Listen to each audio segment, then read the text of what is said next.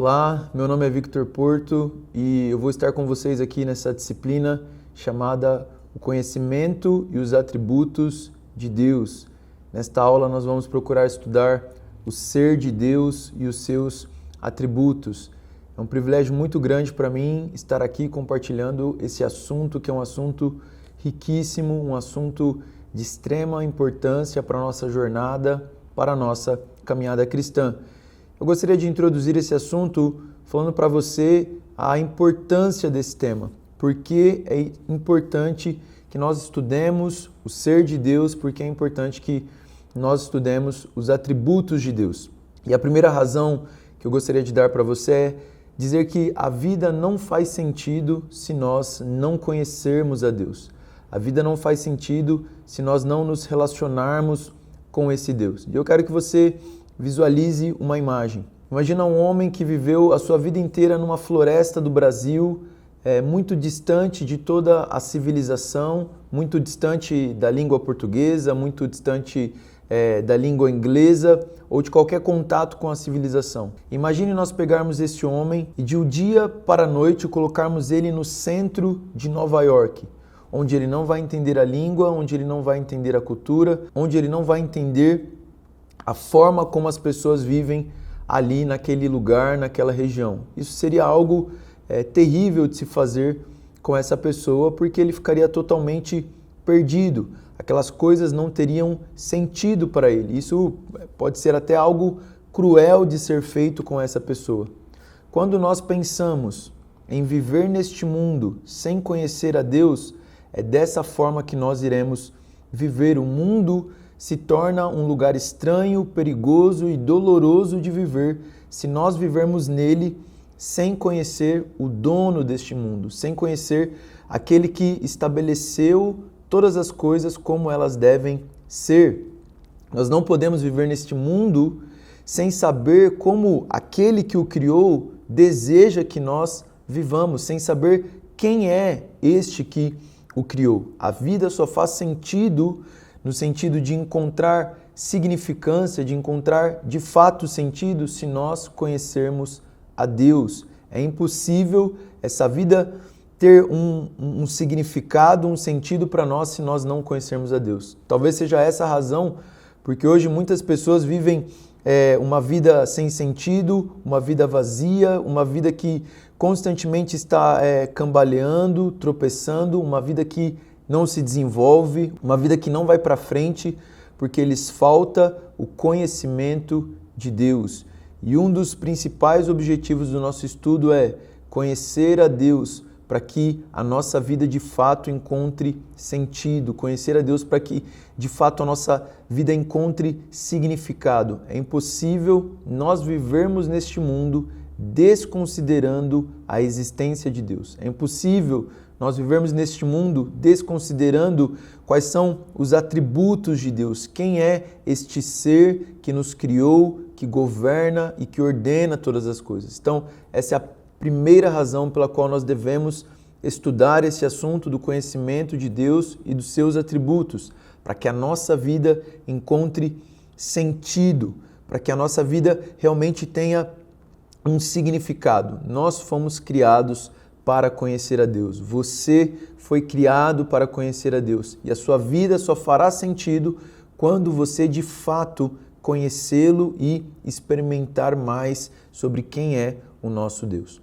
A segunda razão pela qual nós precisamos estudar esse assunto do conhecimento de Deus e de seus atributos é porque é impossível nós, como seres humanos, mantermos práticas morais sólidas e atitudes corretas enquanto a nossa própria ideia de Deus se mantém errada ou inadequada. O que eu estou querendo dizer com isso? Nós não conseguiremos fazer aquilo que é correto, não conseguiremos viver uma vida de santidade ou piedade, nós não conseguiremos viver uma vida de padrões morais elevados se a nossa concepção de Deus ela for uma concepção errônea, se a nossa ideia de Deus for uma ideia errada. A W. Tozer ele diz que a primeira coisa que vem à sua mente quando você pensa sobre Deus é a coisa mais importante sobre você mesmo.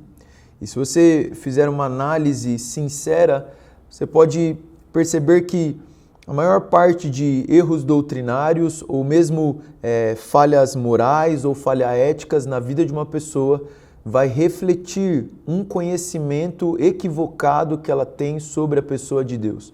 O que eu estou querendo dizer é o seguinte, que quando nós pensamos errado sobre a pessoa de Deus, quando nós temos um pensamento equivocado sobre a pessoa de Deus, isso vai nos levar a uma ação errada, isso vai nos levar a uma atitude errada, isso vai nos levar a cometer algo falho.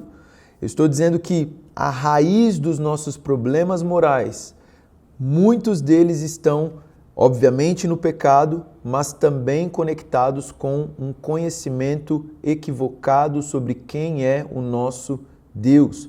Quando nós passamos a entender como Deus é, isso naturalmente vai mudar a forma como nós agimos, vai mudar a forma como nós sentimos, vai mudar a forma como nós pensamos, como nós nos relacionamos com o próprio Deus e como nós nos relacionamos com os outros, como nós nos relacionamos com o mundo.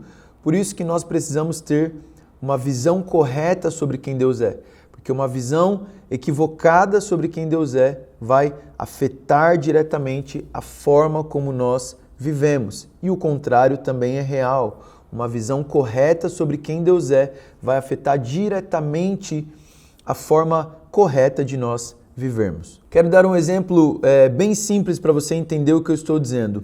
Por exemplo, se eu penso que Deus ele não é santo, ou se a minha visão de Deus é de que ele não odeia a imoralidade sexual. Naturalmente, as minhas ações serão ações também que não vão ver um problema em viver uma vida de imoralidade sexual.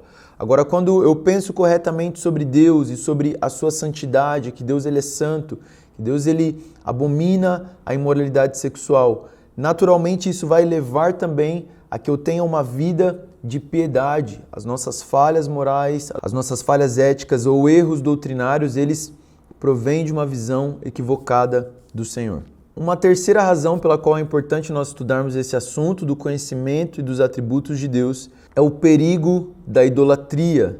Quando nós não conhecemos verdadeiramente a Deus, facilmente criamos falsas imagens de Deus em nossa mente. Muitas vezes nós pensamos que estamos adorando a um Deus verdadeiro, a um Deus que a nossa mente formou, a um Deus que não é o Deus que as Escrituras nos apresentam.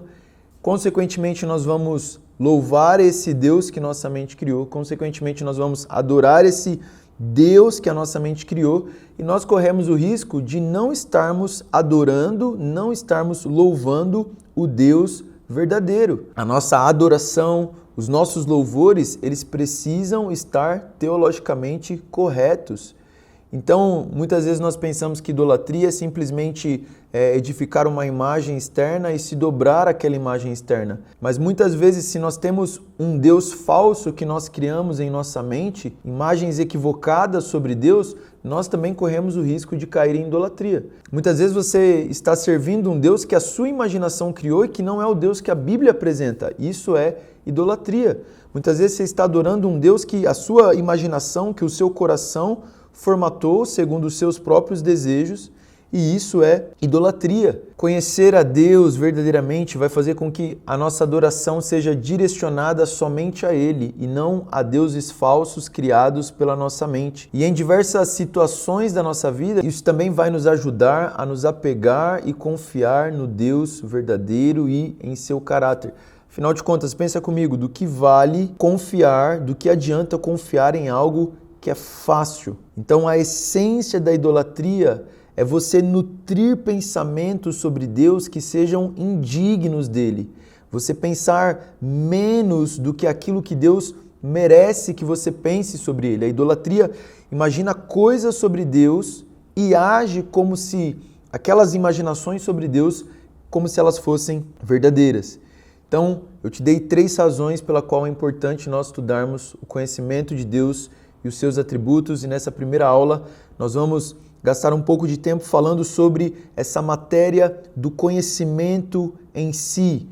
Quando nós falamos sobre o conhecimento de Deus, não se trata de conhecer a Deus de fato como Ele é em sua essência e em sua plenitude. Então eu estou querendo dizer que é impossível para o ser humano conhecer o ser de Deus em sua totalidade, conhecer o ser de Deus em sua plenitude. Nessa primeira aula nós vamos estudar sobre o conhecimento em si, a possibilidade do conhecimento de Deus. A ciência vai chamar essa matéria do conhecimento de epistemologia, ou seja, é o ramo do estudo, é o ramo da filosofia que estuda a natureza do conhecimento, incluindo o conhecimento científico. Então nós vamos pensar sobre como nós podemos conhecer a Deus, qual é a natureza desse conhecimento, o que nós podemos saber sobre Deus. Existem coisas que nós não podemos saber de Deus. Qual é a fonte do conhecimento? Como que nós podemos justificar esse conhecimento? Quais são os limites para esse conhecimento? Dentro da epistemologia cristã, nós vamos pensar principalmente o que a Bíblia tem a nos dizer sobre a natureza do conhecimento de Deus. É o que nós vamos ver nessa primeira aula. Quando nós falamos sobre esse assunto da epistemologia, ele não é um assunto que está limitado a pautas cristãs. Como eu disse, esse é um assunto dentro do campo científico, do campo filosófico. Então eu quero falar um pouco para você sobre a epistemologia científica moderna, como o mundo pensa este assunto do conhecer, como o mundo pensa esse assunto do conhecimento. E é importante nós falarmos sobre isso, porque depois nós vamos fazer um contraste sobre a epistemologia cristã, qual é a diferença entre essas duas. Então, a epistemologia científica moderna vai dizer que existe um mundo externo a nós que pode, em princípio, ser exaustivamente descrito em linguagem científica. Em outras palavras, nós podemos explicar o mundo em palavras científicas, tudo ao nosso redor, tudo aquilo que é externo a nós pode ser explicado. O objetivo do pesquisador, o objetivo do cientista ou do observador dentro dessa disciplina é capturar os fatos externos do mundo em proposições, ou seja, em frases. Ele vai olhar para a realidade, ele vai olhar para o mundo, ele vai fazer uma análise e ele vai descrever aquilo que ele está vendo. Ele vai descrever aquilo como verdades que correspondem a fatos. Essa epistemologia, esse estudo do conhecimento no campo científico, ele não tem nenhum tipo de implicação ética. Essa busca do conhecimento no mundo, ele não tem uma implicação moral, ou seja, as formas de conhecimento, elas são moralmente neutras e não diretivas. A pessoa pode conhecer muitas coisas sobre o mundo, ela pode conseguir fazer muitas sentenças, elaborar muitas proposições sobre a realidade ao redor dela e isso não ter nenhum impacto na vida dela, isso não ter nenhum impacto na forma como ela age, na forma como ela pensa, na forma como ela baliza os padrões morais da vida dela. Dentro dessa epistemologia moderna do mundo, é tudo uma questão de especialização, racionalização, cálculo, intelectualização. É tudo no campo da mente, está tudo ligado ao saber. E eles vão associar, obviamente, o conhecimento ao poder. No mundo hoje, quem tem poder? É quem tem conhecimento. Poder é o domínio técnico das coisas que estão ao nosso redor. O poder ele vem da aquisição de conhecimento e habilidades que muitas das vezes vão ser comercializadas no mundo. Este campo do conhecimento, este ensino, esta aprendizagem, eles têm muita relação principalmente com a transmissão de fatos, informações, de dados. Não existe nesse estudo um senso básico de obrigação moral para aquilo que se sabe. Então eu posso saber e eu não tenho uma obrigação moral com aquilo que eu sei. Eu não tenho um apego ético com aquilo que eu sei. Aquilo não necessariamente precisa fazer uma diferença na minha vida, na forma como eu me relaciono com o mundo ou na forma como eu me relaciono com a pessoa. Este conhecimento ele isento de valor e não tem impacto positivo necessariamente em conhecê-lo. C.S. Lewis, ele coloca isso da seguinte forma: um homem ou uma mulher modernos podem ter um tremendo conhecimento e ainda assim ser um genuíno cabeça dura urbana ou um macaco de calça, um homem sem coração. Que Lewis está querendo dizer aqui? Que alguém pode ter muito conhecimento, alguém pode ser muito inteligente e esse conhecimento não fazer a mínima diferença na forma que ele vive a vida dele, no estilo de vida dele. Como Lewis coloca, ele pode ser um cabeça dura urbana. Em contrapartida, a epistemologia cristã, ela vai implicar diretamente em um relacionamento e obediência às coisas que são conhecidas. Nós, quando falamos sobre o conhecimento de Deus, não podemos tratar do conhecimento de Deus como a epistemologia científica moderna trata. Ou seja, o conhecimento de Deus ele precisa afetar diretamente a nossa vida. O conhecimento, a epistemologia cristã vai implicar em um relacionamento e obediência às coisas que são adquiridas por meio do estudo, por meio do conhecimento. Então, conhecimento, experiência, submissão, estão todas ligadas a essa ideia da epistemologia cristã. E essas características elas fazem um contraste muito forte com esse caráter imparcial e apenas informativo da epistemologia moderna. O que nós estamos querendo dizer? Que o objetivo do nosso estudo, e é a oração do meu coração, é de que isso não fique apenas no campo das ideias. O estudo de Deus não fique apenas no campo acadêmico, científico, intelectual, mas que conforme nós formos passando aula por aula, nós também possamos experimentar esse Deus. Que este conhecimento de Deus possa afetar a nossa vida, afetar a forma como nós lidamos com as outras pessoas, afetar a forma como você lida com os seus filhos, como você lida com os seus pais, com o seu cônjuge, com os seus amigos, afetar a forma como você trabalha, como você estuda. Nós precisamos ser infinitamente afetados pelo estudo do conhecimento de Deus. Inclusive, o objetivo da nossa escola é esse. Nós somos chamados de doutrina e devoção justamente porque nós cremos nessa verdade. Então, existe algo que a ciência e a filosofia nunca vão conseguir explicar para nós. Existe algo que nós só vamos conseguir apanhar, nós só vamos conseguir captar por meio da experiência. Então, eu gostaria de dar um exemplo disso. Imagina que você está para casar, imagina que você conheceu alguém, você se apaixonou por alguém e vocês vão casar e vocês nunca se beijaram antes, vocês deixaram para se beijar apenas no dia do casamento. Então, obviamente, você tem essa expectativa por esse momento. E no dia do casamento é um momento que as pessoas estão normalmente esperando. Você pode fazer um estudo detalhado do que cientificamente é a sensação de você beijar uma pessoa amada. Você pode estudar quais são as reações que isso vai ter no seu corpo, quais são as reações que isso vai ter na sua mente, no seu coração. Você pode, inclusive, perguntar a outras pessoas como foi a experiência delas, como é que elas fizeram isso.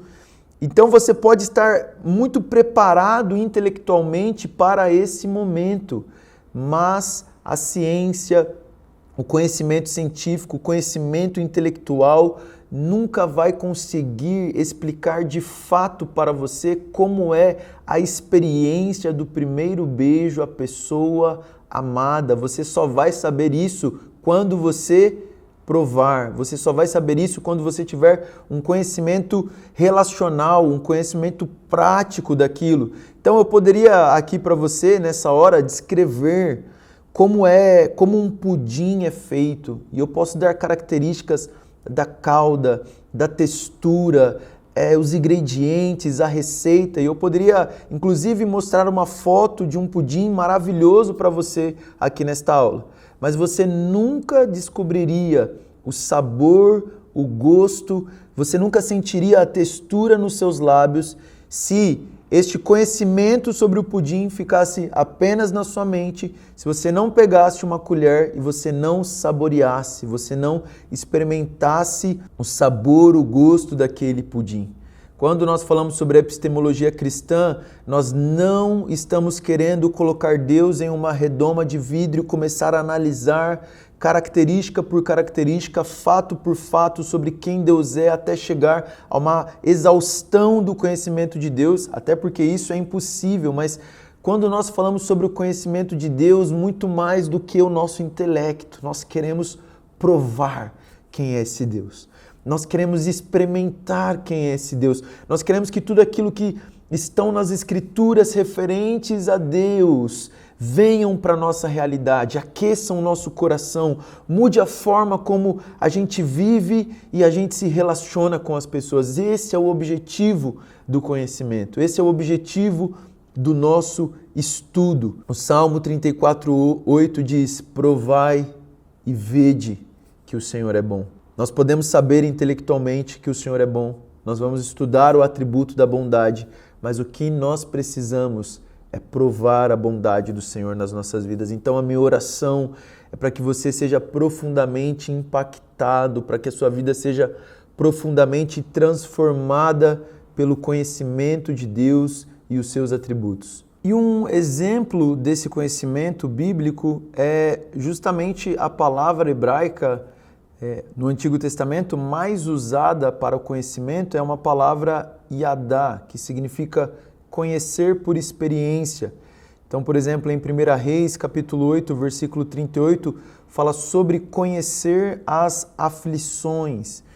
Em Isaías 47:8 fala sobre conhecer a perda. Em Isaías 53, versículo 3, fala sobre conhecer a dor, conhecer a doença. Ezequiel 25:14 fala sobre conhecer o julgamento.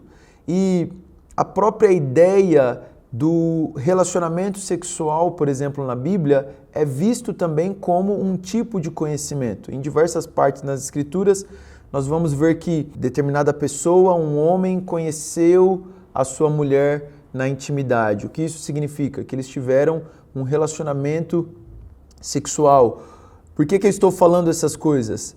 O conhecimento bíblico, o conhecer, ele implica não simplesmente em um conhecimento teórico de um objeto ou de sua natureza.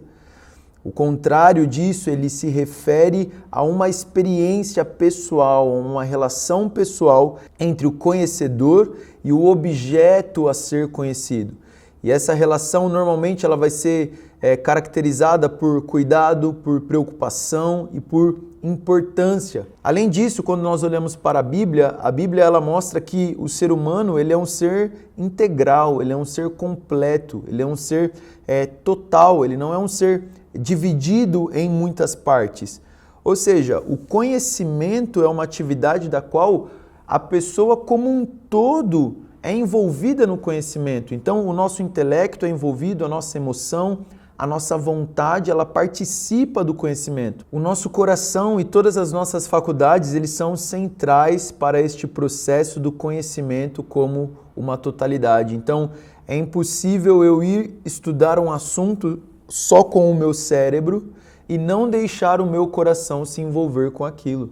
À medida que nós estudamos, o nosso coração vai ter uma reação àquilo que nós estamos estudando, seja uma relação afetuosa, de carinho, de preocupação, de querer aquilo, ou seja, uma reação de rejeitar. Mas o meu coração ele estará envolvido no processo juntamente com todas as outras faculdades do ser que é o homem. Então, quero dar uma definição para você do que é essa epistemologia cristã. Ela pode ser definida, então, como uma forma de saber que conecta a verdade, a realidade, com a vida. Ou seja, reconhece que o propósito da aquisição do conhecimento é gerar obediência a Deus. A epistemologia cristã significa conhecimento em prol de uma ação responsável. Conecta de forma radical o saber e o fazer, epistemologia e ética, crença e comportamento, doutrina e devoção. Senão as consequências de algo diferente disso serão hipocrisia, culpa, uma desintegração pessoal, como dizia o poeta, né, as ideias não correspondem aos fatos. Então o objetivo aqui é que as nossas ideias sobre Deus sejam verdadeiras para que as nossas ações também correspondam a isso. Quero ler aqui para você algumas frases de pensadores, de teólogos, de filósofos sobre este nosso assunto. A primeira, uma frase de Søren Kierkegaard. Ele diz o seguinte: se uma pessoa não se torna o que ela entende, ela realmente não entende. Se uma pessoa não se torna aquilo que ela entende, ela realmente não entende. Outra frase: nós sabemos sobre o que agimos e só acreditamos no que obedecemos. Nós sabemos sobre aquilo que agimos e só acreditamos de fato naquilo que obedecemos. Qual é a implicação dessa frase? Se nós não obedecemos algo, se nós não andamos baseado em determinado comportamento, significa que nós não acreditamos que aquilo seja de fato verdade. Outra frase, essa atribuída a Agostinho, ele diz: ora, todo aquele que pensa poder conhecer a verdade, vivendo ainda em iniquidade, está errado. Ou seja, se você conhece de fato a verdade, você não pode viver na iniquidade, senão esse é um conhecimento equivocado. Bonhoeffer lhe diz: só quem crê é obediente e só quem é obediente crê. Se você crê, você será obediente. E a prova de que você realmente crê é se você de fato obedece. Outra frase: saber e fazer, ouvir e obedecer estão integralmente conectadas para pessoas cujas convicções são verdadeiras e profundamente cristãs. E aí você deve estar se perguntando: ok, mas como fazer isso? Como transformar o conhecimento sobre Deus, o conhecimento acerca de Deus, em conhecimento de Deus?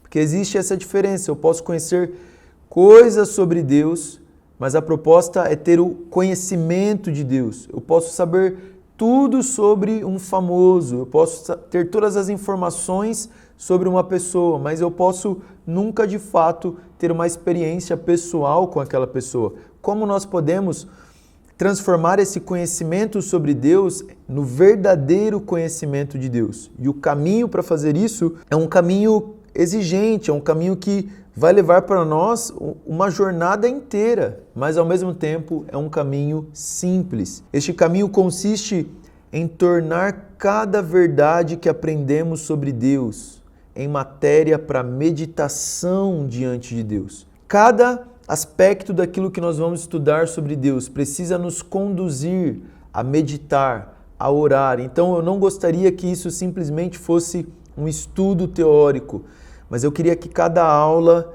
que você estiver assistindo fosse regada de muita oração, fosse regada de muita meditação. Se em determinado momento da aula você quiser pausar esse vídeo e orar e meditar sobre aquilo que está sendo dito, você pode fazer isso, porque o nosso objetivo não é simplesmente encher a sua mente de conhecimento sobre Deus, mas é conduzir você a ter uma experiência de fato com esse Deus. E mesmo eu dando aula aqui, se em algum momento eu sentir de pausar e fazer uma oração por você, ou por mim e pelos meus irmãos que estão aqui ao redor, eu vou fazer isso, porque o que nós estamos interessados é em experimentar esse Deus, fazer com que essas verdades das Escrituras saltem das Escrituras para o nosso coração. Então, quero terminar essa primeira aula orando por você. Senhor, eu peço que cada um dos meus irmãos que está ouvindo essa aula agora possa ser tocado pela sua presença, Senhor. Que o conhecimento do Senhor invada as mentes e os corações agora. Eu oro para que esses assuntos não fiquem apenas no campo do intelecto, mas que nós possamos experimentar profundamente a vida do Senhor, possamos experimentar profundamente quem é o Senhor, Pai. Eu oro para que em cada aula o Senhor possa tocar a vida dos meus irmãos com mais do conhecimento do Senhor. Por isso nós pedimos a Ti espírito de sabedoria, espírito de revelação. Nós oramos para que o Senhor abra os olhos do nosso coração, Senhor, para que nós possamos aprender mais sobre o Senhor. Deus abençoe.